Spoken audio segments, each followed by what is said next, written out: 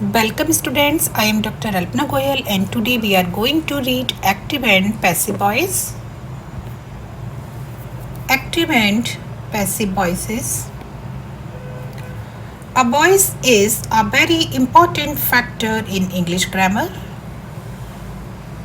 English grammar का एक ये एसेंशियल पार्ट है एंड सभी स्टेट बोर्ड के एग्ज़ाम्स में एंड ऑल द कंपटीशन में ज़्यादातर ये क्वेश्चंस आते हैं जहाँ पर हमें करेक्ट एक्टिव पैसिव रिकॉग्नाइज करने होते हैं कि एक्टिव वॉइस से पैसिव वॉइस में जब हम कन्वर्ट करेंगे तो करेक्ट सेंटेंस क्या होगा.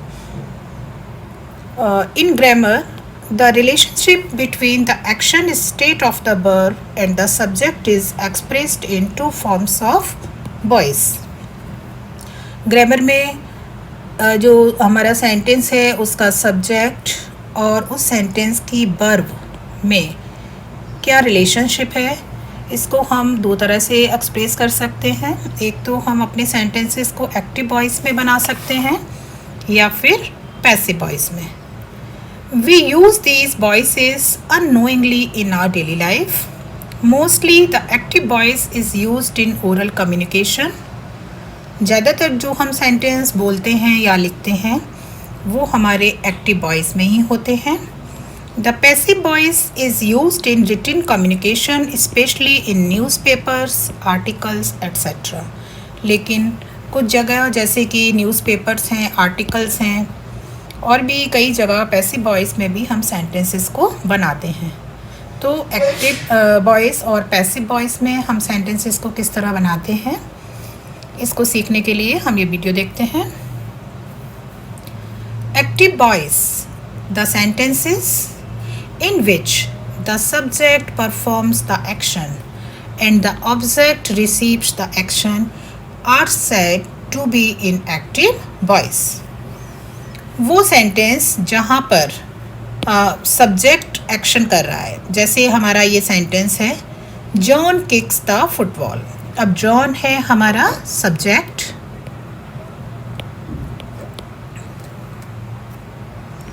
And kicks verb and verb का जो हमने वीडियो देखा था उसमें हमने वर्ब के बारे में पढ़ा था कि वर्ब टू टाइप्स की होती हैं, एक ट्रांजिटिव वर्ब और एक इंट्रांजिटिव वर्ब. तो यहाँ पर किक्स जो है वो हमारी ट्रांजिटिव वर्ब है क्योंकि जॉन किक्स द फुटबॉल, क्योंकि वर्ब का जो ऑब्जेक्ट है फुटबॉल यहाँ पर क्या है, object.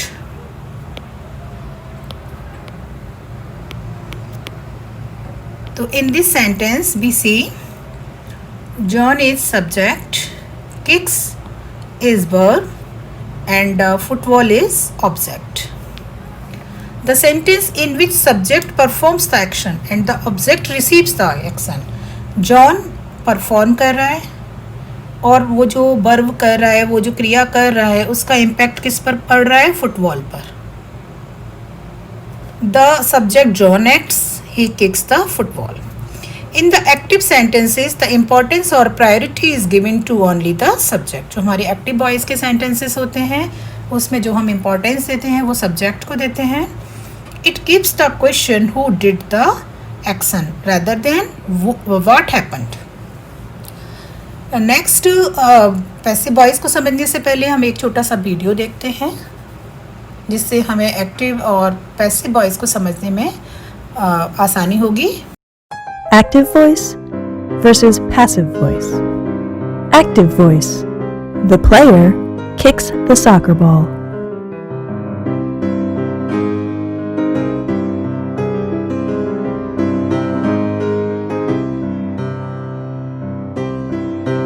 Passive voice.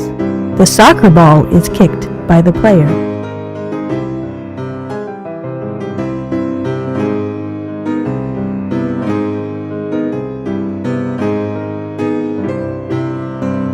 This has been active voice versus passive voice.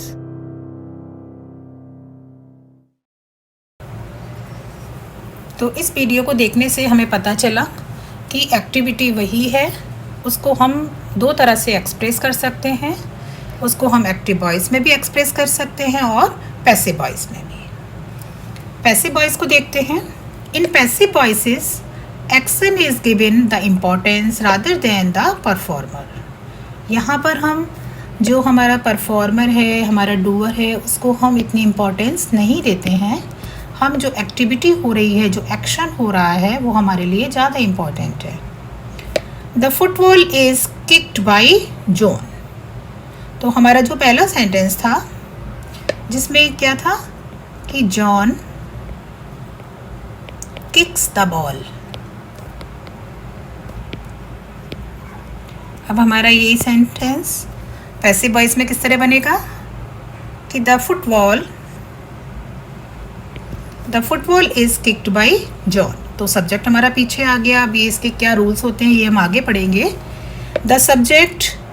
The football is acted upon. अब हमारा जो पहले वाला सेंटेंस था उसका सब्जेक्ट कौन था? जॉन था। लेकिन जो हमारा पैसिव वॉइस का सेंटेंस बना है उसका सब्जेक्ट बन गया हमारा द फुटबॉल। हमने कुछ चेंज देखा। जो हमारी वर्ब थी किक्स, इसको हमने कन्वर्ट कर दिया इज किक्ड में। जॉन की जगह बदल गई और उसके आगे हमने प्रीपोजिशन वाई को जोड़ दिया। तो हम ये चेंज किस तरह करेंगे ये हम आगे सीखेंगे। The subject the football is acted upon, it is passive, it is kicked by John. In short what happened is more important than who did the action. तो पैसिव वॉइस में हम उन सेंटेंसेस को कन्वर्ट करते हैं जहाँ पर doer इतना इम्पॉर्टेंट नहीं होता है जितना कि एक्शन।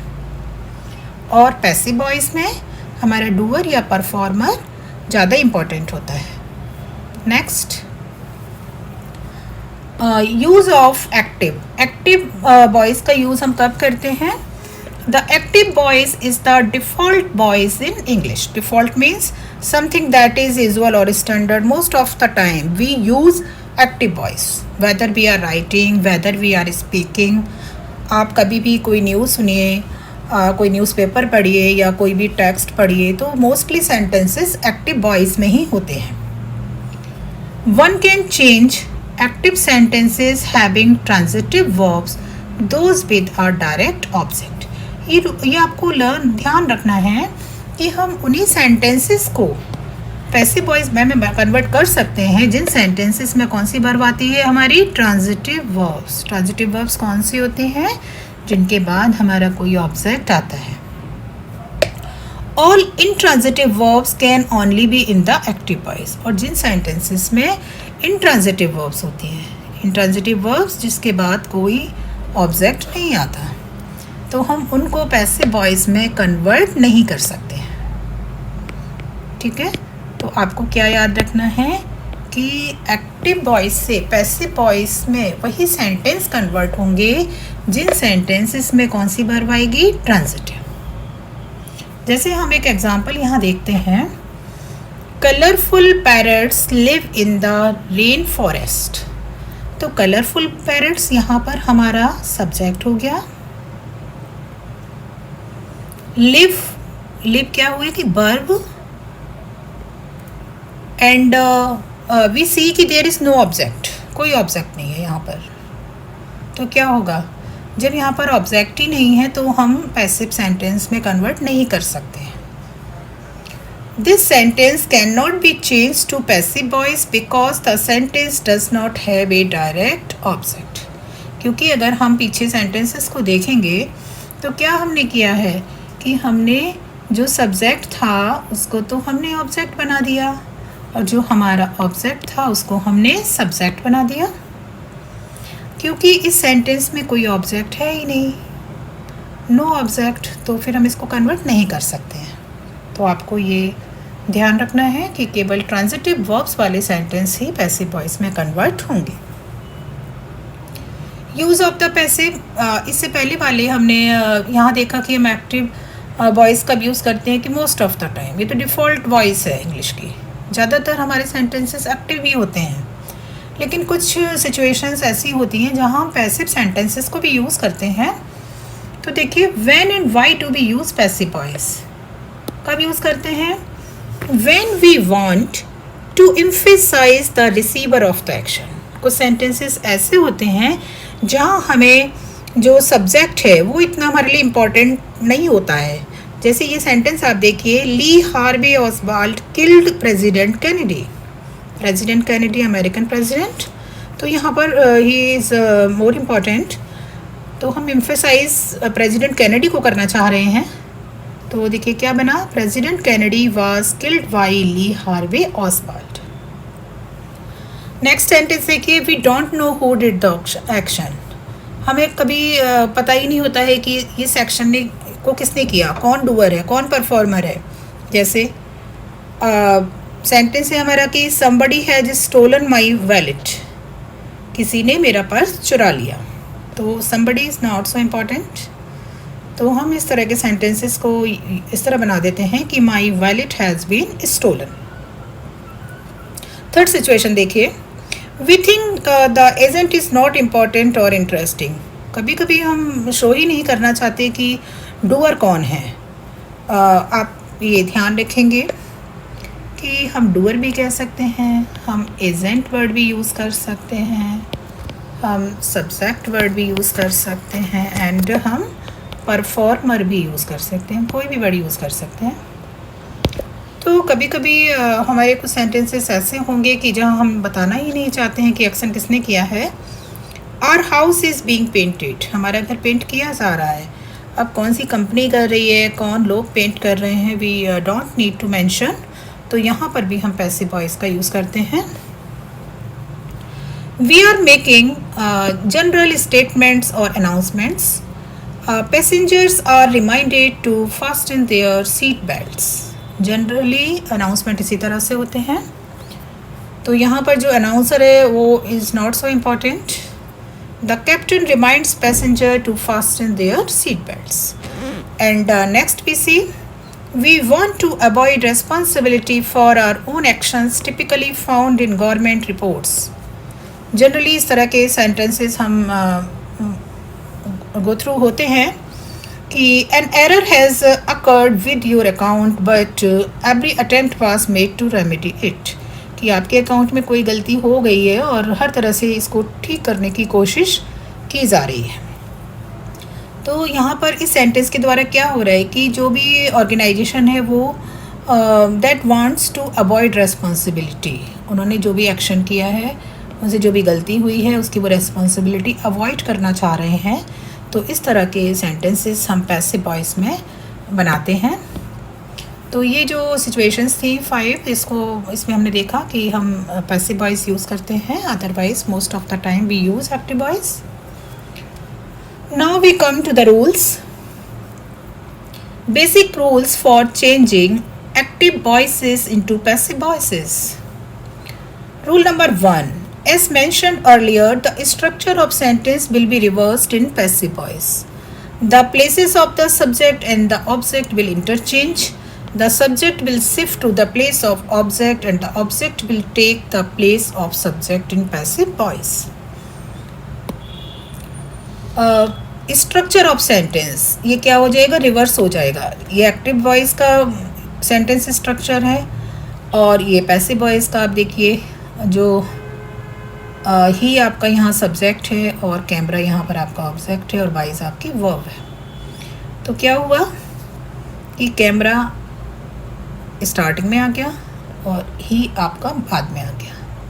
इसको हम वर्ब में भी कुछ चेंज आया है, तो हम इसको समझने के लिए आगे देखते हैं।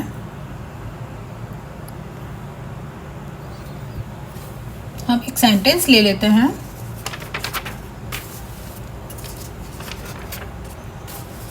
देखिए,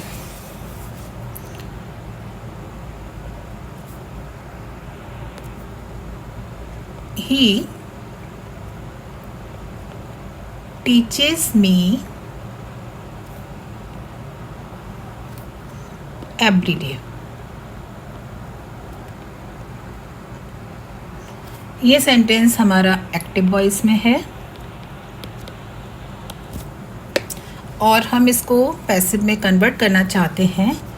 तो सबसे पहले आप देखिए, ये क्या है, हमारा सब्जेक्ट है, ये हमारी वर्ब है, and this is object and this is adverb. तो हमें क्या करना है, एक्टिव से पैसिव बनाते समय जो हमारा सब्जेक्ट है वो ऑब्जेक्ट हो जाएगा और ऑब्जेक्ट हमारा सब्जेक्ट हो जाएगा। तो जो मी है, मी का सब्जेक्ट क्या होगा, आई। आपने यहाँ आई यूज़ किया। वर्ब के साथ भी हमारी टू बी वर्ब यूज़ होगी। तो अकॉर्डिंग टू सब्जेक्ट यहाँ पर हमारी जो वर्ब है वो, क्योंकि हमने देखा है कि हमारा ये सेंटेंस किस में है, हमारा ये सेंटेंस है प्रेजेंट इंडेफिनिट। Present indefinite.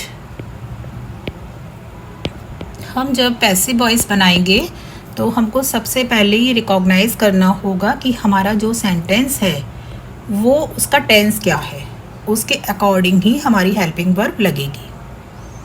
तो यहाँ पर हमने आई का यूज़ किया है, आई के साथ एम आएगा। एंड जो वर्ब होती है उसकी हमेशा थर्ड फॉर्म यूज़ होती है, जैसे कि टीच की थर्ड फॉर्म टॉट है, आई एम टॉट बाई। और यहाँ पर ही सब्जेक्ट था, लेकिन अब हमको क्या बनाना है, ऑब्जेक्ट। तो जो ही का ऑब्जेक्ट है वो क्या होता है, him. I am taught by him every day.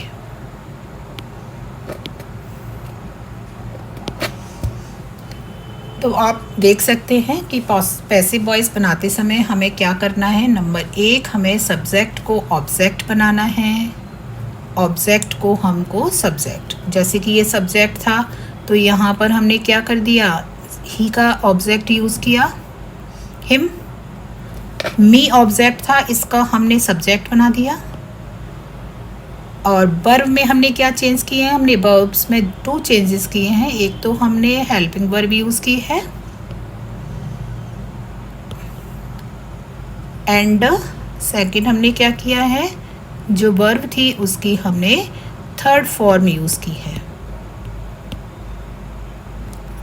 इसको हम थर्ड फॉर्म भी कह सकते हैं और हम इसको पास्ट पार्टिसिपल भी कह सकते हैं।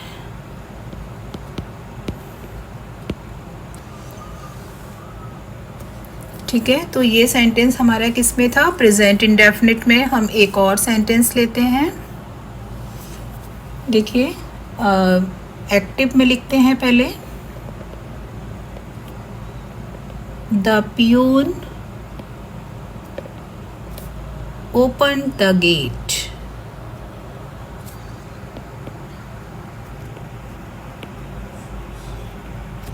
तो सबसे पहले हम रिकॉग्नाइज़ करेंगे कि हमारा ये जो टेंस है वो किस में है, और हम सेंटेंस को देखकर हमको पता चल गया कि जो इस सेंटेंस का जो टेंस है वो कौन सा है।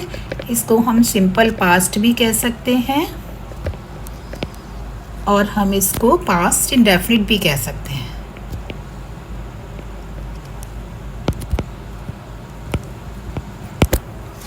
अब जैसा कि हमें ये हमारा पियून सब्जेक्ट है और गेट हमारा ऑब्जेक्ट है और ये हमारी वर्ब है। तो आपको हर टेंस की रूल्स याद करने होंगे कि किस टेंस में कौन सी हेल्पिंग वर्ब लगेगी। अब आप देखिए, ये क्योंकि हमारा सिंपल पास्ट है तो इसमें हम हेल्पिंग वर्ब वाज का यूज़ करेंगे। देखिए, पैसिव हम बनाते टाइम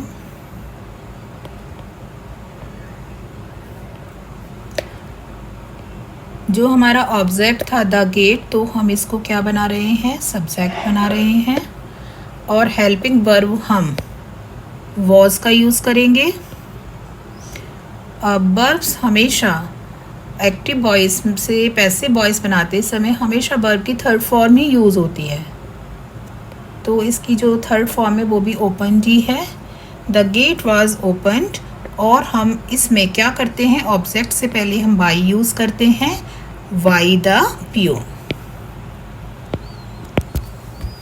नेक्स्ट हम एक सेंटेंस और लेते हैं।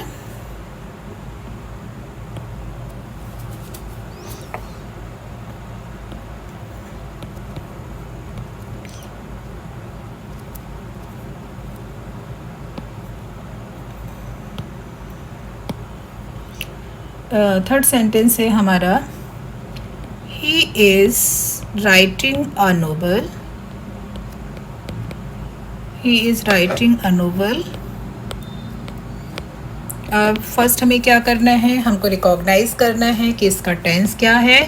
तो हम इजीली देख सकते हैं कि इसका जो टेंस है वो है हमारा present continuous, present continuous tense है। और प्रेजेंट कंटिन्यूअस को हम प्रेजेंट प्रोग्रेसिव टेंस भी कहते हैं।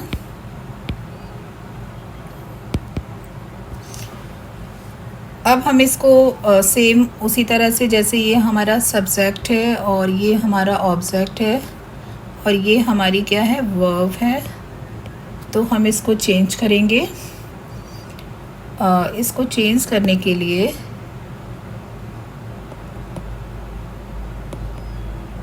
हम करेंगे अ नोवेल। अब इसमें हम हेल्पिंग वर्ब, क्योंकि ये प्रोग्रेसिव है तो इसके साथ हम बीइंग यूज़ करेंगे और फिर हम राइटिंग को थर्ड फॉर्म में बदल देंगे, written. A novel is being written bye,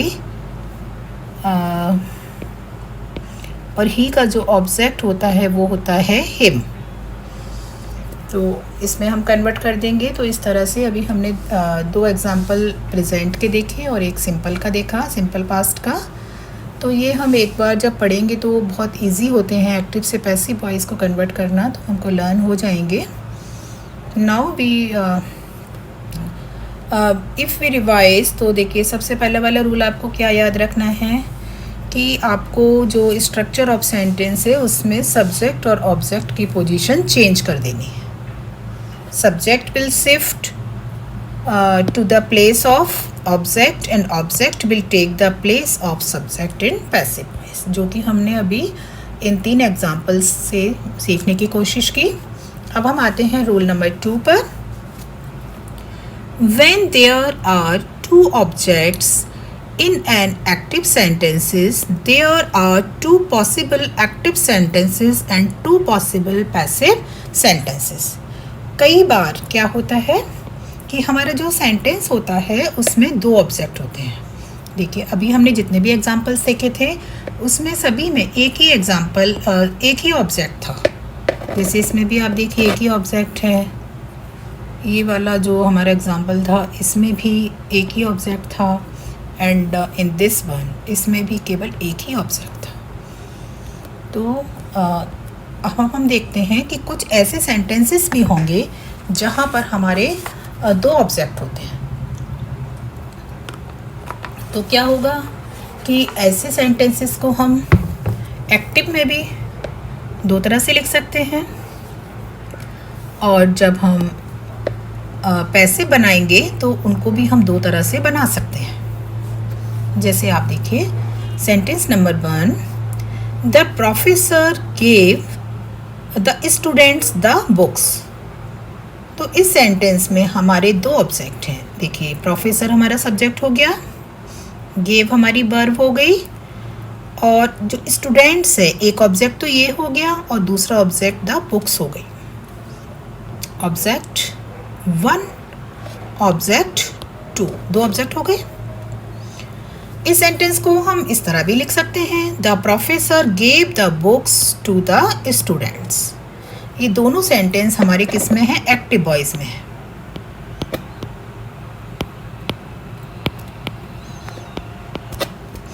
अब यहाँ पर जो हमारा इनडायरेक्ट ऑब्जेक्ट है वो क्या है, द स्टूडेंट्स, और डायरेक्ट ऑब्जेक्ट क्या है हमारा, द बुक्स। ये हमने जो पहला वीडियो था द वर्ब, उसमें आपको समझाया है कि हम डायरेक्ट और इनडायरेक्ट ऑब्जेक्ट किस तरह पता कर सकते हैं।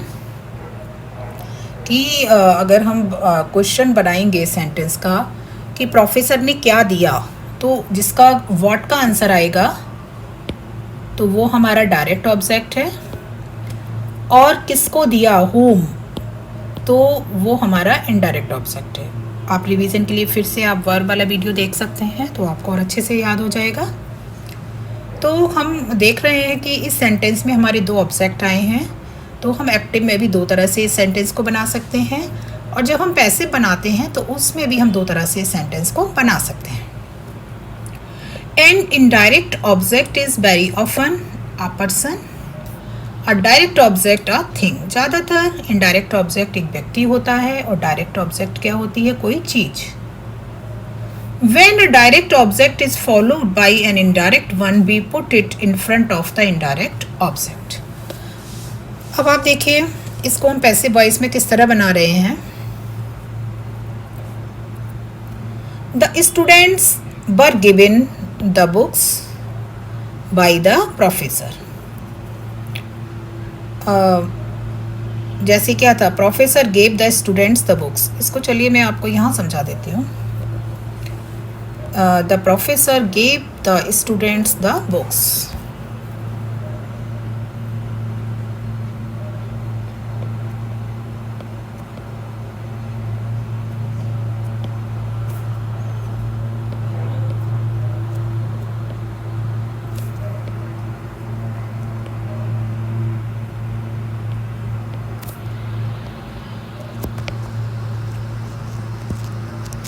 देखिए आपने देखा कि एक ऑब्जेक्ट तो हमारा द स्टूडेंट्स है और एक ऑब्जेक्ट हमारा द बुक्स है। तो हम सेंटेंस को दो तरह से बना सकते हैं दोनों ऑब्जेक्ट को यूज़ करके। देखिए एक तो जैसे आप इसको समझ लीजिए, सब्जेक्ट हो गया, ये हमारा ऑब्जेक्ट हो गया, ये भी ऑब्जेक्ट हो गया, और ये हमारी वर्ब हो गई। जब इस सेंटेंस का हम टेंस देखेंगे तो हमको इसका टेंस पता चल जाएगा कि ये हमारा जो टेंस है वो क्या है, सिंपल पास्ट। और सिंपल पास्ट का रूल होता है कि हम हेल्पिंग वर्ब वॉज या वर्ब यूज़ करते हैं, और वर्ब की तो हमेशा थर्ड फॉर्म ही आएगी। तो देखिए हम नंबर 1 तरह से बनाते हैं इसको। The students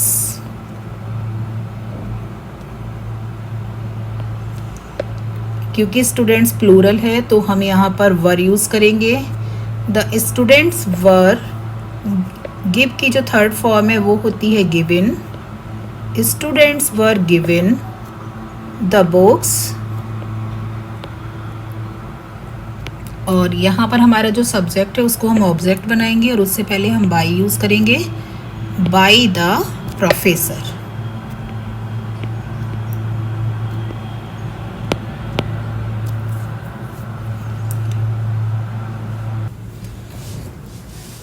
तो एक तरह तो हम इस तरह बना सकते हैं, और सेकंड टाइप आप देखिए दूसरे ऑब्जेक्ट के साथ हम बनाएंगे the books. The books were given to the students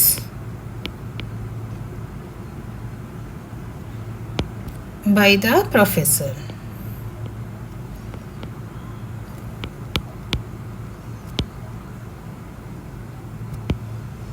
ठीक है, तो जिन सेंटेंसेस में दो ऑब्जेक्ट्स हैं तो उन सेंटेंस को हम दो तरह से बना सकते हैं। फर्स्ट जनरली हम इस तरह से बनाना प्रेफर करेंगे, और इस तरह से भी बना सकते हैं, दोनों सेंटेंस ही आपके ठीक हैं। तो रूल नंबर 3 देखिए अब आप। The auxiliary verb will be changed in passive voice depending upon the tense of sentence. In active voice, there are rules for changing the auxiliary for each tense.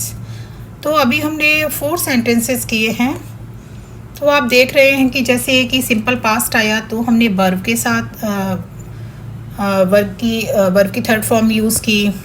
उससे पहले भी हमने कुछ सेंटेंसेस बनाए थे, जैसे कि आप ये तो सिंपल ही पास्ट है और ये प्रेजेंट कंटिन्यूस का टेंस था, तो इसमें हमने helping verb is being use की। तो क्या करना है कि आपको हर टेंस के अकॉर्डिंग हेल्पिंग वर्ब अलग अलग लगानी है। जैसे कि ये टेंस हमारा प्रेजेंट इंडेफिनिट में था तो हमने एम यूज़ किया। तो ये क्या है, ये आप एक बार पढ़ेंगे इसको तो आपको याद हो जाएगा कि कौन से टेंस के साथ कौन सी हेल्पिंग वर्ब आएगी। रूल नंबर 3 का ही ये पार्ट है कि verb can be in any of the 12 tenses. हमारी जो सेंटेंस है उसकी वर्ब किसी भी टेंस में हो सकती है। हमारे जो टेंस होते हैं वो जनरली कितने होते हैं, 12 होते हैं नंबर में। जैसे कि प्रेजेंट टेंस है तो उसके भी 4 होते हैं, simple present, present continuous, present perfect and present perfect continuous. इसी तरह से जो पास्ट टेंस है इसकी भी 4 फॉर्म्स होते हैं टेंस के, simple past, past continuous, past perfect and past perfect continuous. In the same way future tense के भी 4 फॉर्म्स हैं, simple future, future continuous, future perfect and future perfect continuous. तो आपको ये रूल नंबर 3 में क्या समझना है कि जो ऑक्सिलरी वर्ब है वो चेंज्ड हो जाएगी पैसिव वॉइस में, और किसके अकॉर्डिंग चेंज होगी कि जो टेंस होगा एक्टिव सेंटेंस का उसके अकॉर्डिंग। तो जनरली बहुत सिंपल से रूल होते हैं कि जो सिंपल प्रेजेंट होता है उसमें हम according to subject is am are का यूज़ करते हैं, और जो प्रेजेंट कंटिन्यूअस होता है उसमें हम is am are plus being भी यूज़ करते हैं, एंड प्रेजेंट परफेक्ट में हम has been and have been use करते हैं। प्रेजेंट परफेक्ट कंटिन्यूअस जो सेंटेंसेस होते हैं उनकी पैसिव वॉइस नहीं बनती है। इसी तरह से देखिए ये सिंपल पास्ट है तो इसमें हम हेल्पिंग वर्ब यूज़ करेंगे वॉज वर, एंड कंटिन्यूअस में उसी तरह से जैसे प्रेजेंट पे हमने इज़ एम आर यूज़ किया था तो इसमें हम वॉज वर यूज़ करेंगे और प्लस हम बीइंग लगा देंगे, ठीक है। और पास्ट परफेक्ट में क्योंकि हैड यूज़ होता है तो हम उसके साथ हैड बीन यूज़ करेंगे, और पास्ट परफेक्ट कंटिन्यूअस टेंस की पैसिव वॉइस नहीं बनती है। नेक्स्ट आता है आपका सिंपल फ्यूचर, तो इसमें क्या होता है, विल बी और शैल भी यूज़ करेंगे। फ्यूचर कंटिन्यूअस में की पैसिव नहीं बनती है, और फ्यूचर परफेक्ट के साथ हम विल हैव और शैल हैव का यूज़ करेंगे। फ्यूचर परफेक्ट कंटिन्यूअस की भी पैसिव नहीं बनती है, ठीक है। So we have to keep in mind the tense of the verb when we change from active voice to passive voice. Helping verb तो हमको ये चेंज करनी ही पड़ेगी, इसके साथ सभी पैसिव वॉइस में वर्ब की जो आएगी वो हमेशा थर्ड फॉर्म आएगी। सबके साथ वर्ब की थर्ड फॉर्म यूज़ होगी।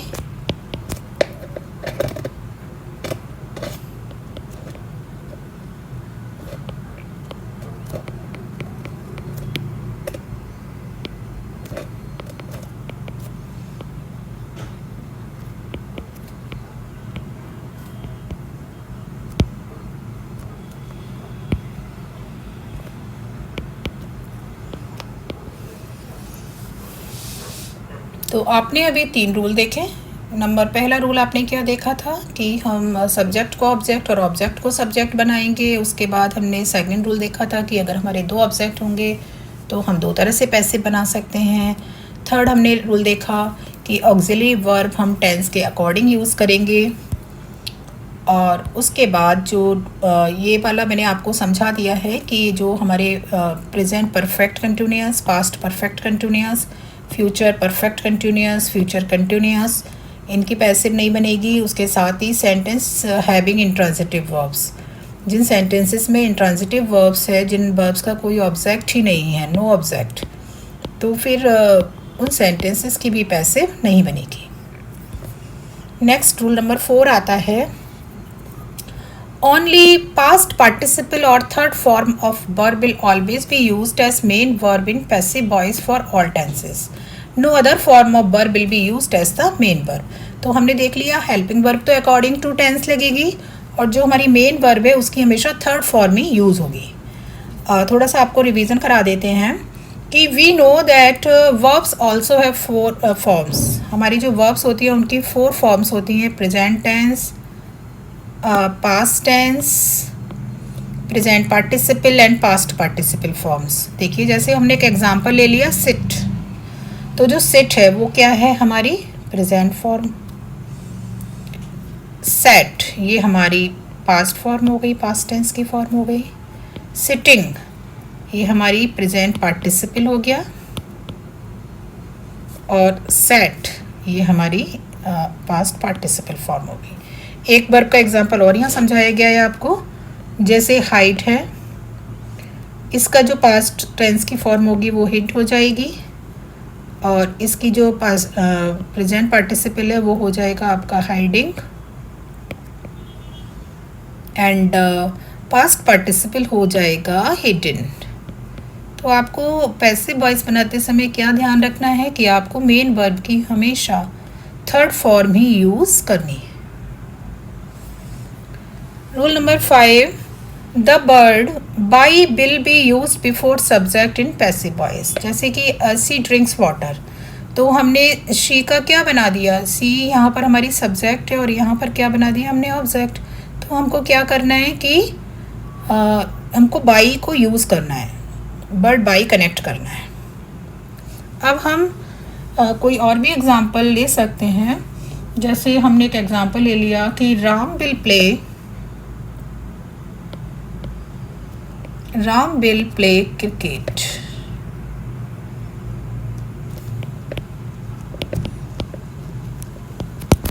तो इसका जो हम पैसिव बनाएंगे तो बनाएंगे क्रिकेट विल बी प्लेड. हम राम से पहले क्या यूज़ करेंगे, बाय. ठीक है, तो आपको यहाँ पर यही समझाया जा रहा है कि आपको राम से पहले क्या यूज़ करना है, बाय. नेक्स्ट, कभी कभी हम इस तरह के सेंटेंसेस भी देखते हैं. He was killed with a gun. तो यहाँ पर आप कहेंगे यहाँ तो कोई बाई नहीं आया है, ये सेंटेंस भी तो आपका पैसिव में है. Normally we use by to introduce the agent, but the gun is not the original doer of the action. The gun did not kill him. He was killed by somebody with a gun. In the active voice, it would be somebody killed him with a gun. तो somebody क्योंकि important नहीं था तो हमने यहाँ पर by के बाद नहीं लगाया. Somebody is the agent, the gun is the instrument. इसलिए यहाँ पर क्या वर्ड यूज़ हुआ है, with. अगर ये पूरा पैसिव होगा तो किस तरह लिखा जाता है ये, he was killed with a gun by somebody.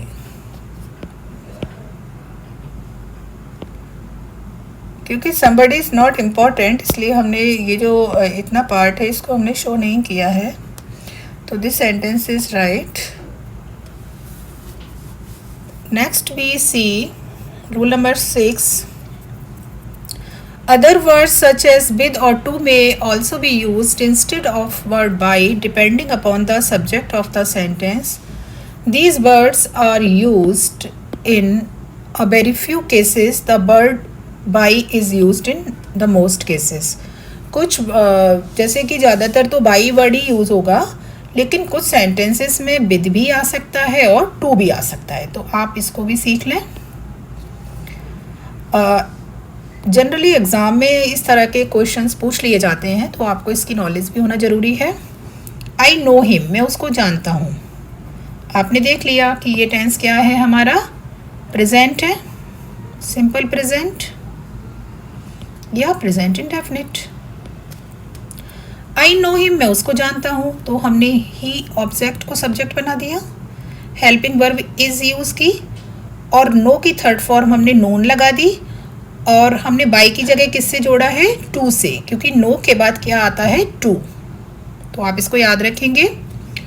Water fills a tub, a tub is filled with water. ऐसे सेंटेंसेस रेयर ही होते हैं लेकिन आपको आने चाहिए। तो यहाँ पर हमने बाई की जगह क्या यूज़ किया है, to and with. Rule number 7, the get passive, although we normally construct the passive with we जैसे मैंने आपको बताया था ना, helping verb, is, am, are, was, were, ये सब यूज़ होती है, वर्ब की थर्ड फॉर्म यूज़ होती है। लेकिन it is also possible in informal language to use get past participle, कि हम इज, एम, आर को यूज़ ना करें, हम उसकी जगह गेट वर्ड यूज़ करें। ठीक है। और if you are watching any movie, if you are listening any conversation, तो यू विल फाइंड कि गेट वर्ड बहुत यूज़ होता है। इससे क्या होता है, एक तो सेंटेंस अच्छा भी लगता है, शॉर्ट भी हो जाता है। तो आप क्या सीख रहे हैं कि आप to be verb, is, am, are, was verb भी यूज़ कर सकते हैं और आप गेट भी यूज़ कर सकते हैं। France beat England at football, we could turn this to passive and say, हम इसको दो तरह से पैसिव में कन्वर्ट कर सकते हैं। इंग्लैंड वर, यहाँ तो हमने टू बी यूज़ कर लिया, ठीक है, बी की फॉर्म यूज़ कर ली। England were beaten by France, या फिर हम ऐसे भी कर सकते हैं, England got beaten by France. For formal English and exams you should use p passive. अगर आप नॉर्मल आप बोर्ड एग्ज़ाम्स दे रहे हैं या क्लास का पढ़ रहे हैं तो आप बी को यूज़ कीजिए, लेकिन अगर आप स्पीक कर रहे हैं, राइटिंग कर रहे हैं, फॉर्मल लैंग्वेज यूज़ कर रहे हैं, तो generally people use get passive, इस तरह से भी यूज़ कर सकते हैं। Next, rule number 8, subject may not be always mentioned in passive voice. Passive voice for some sentences can also be written without having subject if it gives clear idea about the subject. Read the following example. Women are not treated as equals. यहाँ देखिए passive voice है, लेकिन by के बाद हमने subject use नहीं किया है क्योंकि that is not important. Sugar is sold in kilograms. It is also, there is no subject. तो पैसिव वॉइस में इस तरह के हम यूज़ कर सकते हैं कि जहाँ हम सब्जेक्ट को मेंशन नहीं करते हैं क्योंकि वो इतना इम्पॉर्टेंट नहीं होता है। नाउ यहाँ पर आपको डिटेल में हर टेंस के रूल्स बताए गए हैं। The rules for using auxiliary verb in a sentence are different for each tense. ये मैंने आपको ब्रीफ में स्टार्टिंग में ही समझा दिए थे कि जो प्रेजेंट सिंपल टेंस का है उसमें हम इज, एम, आर यूज़ करेंगे। देखिए, he writes a letter is, हमने क्या यूज़ किया, इज़। और हमने क्यों यूज़ किया, क्योंकि हमने इस वर्ब को देख लिया, राइट्स है तो ये प्रेजेंट है, ठीक है, तो हमने इज़ यूज़ कर दिया। अगर हमारा ये सेंटेंस नेगेटिव है कि he does not write a letter, तो जब हम पैसिव बनाएंगे तो वो सेंटेंस भी हमारा नेगेटिव होगा। अ लेटर इज हमने यूज़ किया, नॉट रिटन बाय हिम। अगर हमारा ये सेंटेंस इंटरोगेटिव है तो हमारा पैसिव का सेंटेंस भी इंटरोगेटिव होगा और सेम हो जाएगा कि जो हेल्पिंग वर्ब है वो हमारी इज़ लग जाएगी, वर्ब की हमारी थर्ड फॉर्म आ जाएगी। दे सेल बुक्स, आपने ये देखा कि बुक्स यहाँ पे प्लूरल है तो हम आर लगा देंगे। मीन्स हमारा जो हेल्पिंग वर्ब यूज़ होगी वो किसके अकॉर्डिंग यूज़ होगी, सब्जेक्ट के अकॉर्डिंग। सी हेल्प्स मी, तो यहाँ पर हमारा जो मी है इसका सब्जेक्ट बन जाएगा आई, और आई के साथ आपको पता ही है कि क्या यूज़ होता है, एम। तो इसी तरह से जो आपको समझाया प्रेजेंट प्रोग्रेसिव, इसको हम प्रेजेंट कंटिन्यूस टेंस भी कहते हैं, ठीक है। और इसमें हमने आपको बताया था कि इज़, एम, आर के साथ हम क्या जोड़ देते हैं, being, is being, are being, am being. She singing a song, तो a song is being sung by her.